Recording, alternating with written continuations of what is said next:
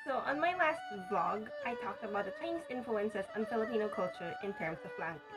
In this video, the last of my vlog trilogy on Chinese influences, I will share some of my experiences as a Chinese living in the Philippines on how both cultures have influenced me throughout my life.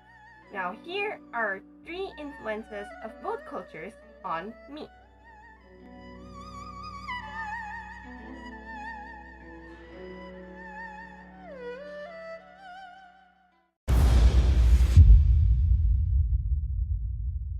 Before I start, I just want to add a disclaimer that these influences that I am about to share are my own experiences and that not all Filipino Chinese people may experience the same things. But it may be relatable and are general. First, as a full-blooded Chinese, I had to go to a Chinese school. Instead of learning just 2 languages, which are Filipino and English, which are the main languages used in the Philippines, I also had to learn Chinese. Now, because my family is accustomed to using our dialect, I needed to learn Hokkien for our home use and then Mandarin for school use. But I am a lot more proficient in using my home dialect than using Mandarin. Second, living in Chinatown, I grew up loving the taste of Chinese food made by Chinese hands, not altered to the taste of the Filipinos. And this became many of my comfort foods. But I also love those Chinese Filipino cuisines, just like the examples I have shown in my first vlog.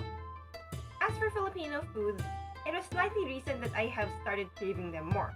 There are still many traditional Filipino dishes that I have yet to try, but I will definitely try it. Also, fun fact, my family and even my extended family members are more accustomed to using the spoon and fork, which is the way the Filipinos used to eat their food, than we are accustomed to using chopsticks, which is usually the Chinese way. Third and lastly, although my father's side does the Chinese way of worship, my family is registered as Roman Catholic, and I can say that we, my family, are devout Catholics. We are more influenced by the Filipinos' way of worshiping. We follow Catholicism. But to pay respects to my late grandfather and great-grandparents from my father's side, we visit them and honor them in the Chinese way, but of course, we also pray for them in the Catholic way. These are my 3 experiences on how both the Chinese and Filipino cultures have influenced me as a Filipino Chinese. And that is the end of my Culture Trilogy vlogging. Thank you so much for following this mini-series. I hope you found these information useful or interesting and enjoyed it as well. Goodbye!